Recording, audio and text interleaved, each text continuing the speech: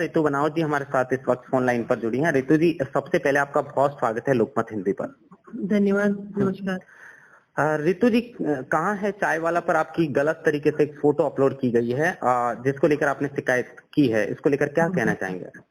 देखिए, चाय वाला पर प्रयास किया है किसी और लड़की के फोटो के साथ कि ये मेरे रितु बनावत है, पर वो फोटो मेरी है नहीं और इससे मेरी राजनीतिक और सामाजिक छवि बिगाड़ने का प्रयास किया गया है। इसलिए मैंने एफआईआर लॉन्च कराई है एसपी भरतपुर के यहाँ पर, और एसपी भरतपुर ने कहा है कि जल्दी से जल्दी इन पर सख्त से सख्त कार्रवाई की जाएगी।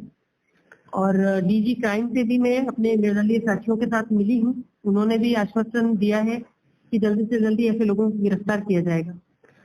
लेकिन रितु जी, ये 7 महीने में एक दूसरा मामला है कि जनवरी माह में जब आप निर्दलीय चुनाव जीत कर आए थे, उस वक्त भी आपकी इस तरीके से गलत तरीके से फोटो अपलोड की गई थी, जिसको लेकर शिकायत हुई और बाद में उसको लेकर फिर जैसलमेर के 2 लोगों को भी गिरफ्तार किया था जी। और फिर दोबारा ये घटना। देखिए, मेरा मानना है कि कुछ लोगों की उच्च मानसिकता होती है, वो सोचते हैं कि महिलाओं को हम आसानी से टारगेट कर सकते हैं। तो ये ऐसे ही लग रहा है कि ऐसे ही लोगों का किया जा रहा है, और जो ऐसे लोग सोच रहे हैं उनके खिलाफ मैं तो यही कहूंगी कि ऐसी कार्रवाई होनी चाहिए जिससे उनको लगे, ऐसे लोगों में भय व्याप्त हो, पुलिस का भी कानून का भी, कि महिलाओं को कमजोर ना समझे। और मेरे को तो लगता है कि कहीं ना कहीं राजनीतिक विरोधियों का भी काम ये हो सकता है, इसलिए मैंने उनकी गहनता से जांच की मांग भी की है कि इस विषय पर ऐसे लोगों को कड़ी से कड़ी सजा भी हो, गिरफ्तारी हो पहले तो उनकी, और इनसे कड़ाई से पूछताछ की जाए कि कहीं ना कहीं कोई पॉलिटिकली इन्वॉल्वमेंट तो नहीं है इसमें। आपने पॉलिटिकल इन्वॉल्वमेंट की बात की है। जब 7 महीने पहले जनवरी में जो फोटो अपलोड की थी, इसमें जो जैसलमेर के 2 लोग जो है उनकी गिरफ्तारी हुई थी, तो उसमें क्या तथ्य निकलकर सामने आए थे? क्यों उन्होंने आखिर इस तरीके का कदम उठाया था? जी, जिन लोगों ने 2 लोगों को गिरफ्तार किया गया था, उनको जेल भी जैसी भी हुई एक महीने की, और उन्होंने तो किसी जो मेन व्यक्ति था वो अभी भी पुलिस की गिरफ्त से बाहर है, उसने हाईकोर्ट से जमानत ले ली। और मैं ये कहूंगी कि इस मामले में थोड़ी सी पुलिस की ये लापरवाही रही कि वो उसको जमानत होने में उनको मतलब वो अपना पक्ष नहीं रख पाए कि उसको रिमांड पे लेना चाहिए था कि उसने किसके कहने पर ऐसा काम किया, या वो जबकि वो जो व्यक्ति है वहाँ मेरा कोई इससे व्यक्तिगत न तो परिचय है न कुछ है, और उसने अगर ऐसा किया तो क्यों किया, ये तथ्य पुलिस को जानना जरूरी है, तभी उस निष्कर्ष पर पहुंचा जा सकता है कि भाई ये ऐसा हुआ क्यों। हाँ, इसको लेकर आप निर्दलीय विधायकों के साथ जो है डीजी क्राइम जो दिनेश एमएन है उनसे मिले हैं, तो उनसे शिकायत की कि 7 महीने पहले भी ये मामला हुआ, फिर दोबारा? बिल्कुल, हमने ये उनको चीजें बताई, बकायदा दोनों एफआईआर की कॉपी जो अभी लॉन्च की है वो भी, और पहले जो हमने कराई एफआईआर उसकी भी विथ आपके सबूतों के साथ में हमने उनको दिया है। और उन्होंने कहा कि भाई क्योंकि एसपी भरतपुर से हम शिकायत पहले भी कर चुके थे, और लेकिन उनकी जो उन्होंने गिरफ्तारी की, अच्छा प्रयास किया, महाराष्ट्र से लोग उठा के भी लाए वो जो आरोपी थे, तो उनको गिरफ्तार भी किया, लेकिन जो सही मतलब ये मालूम नहीं पड़ पाया उस जांच में पहले वाली में कि ये हुआ क्यों, किसने करवाया, कैसे करवाया, क्यों करवाया।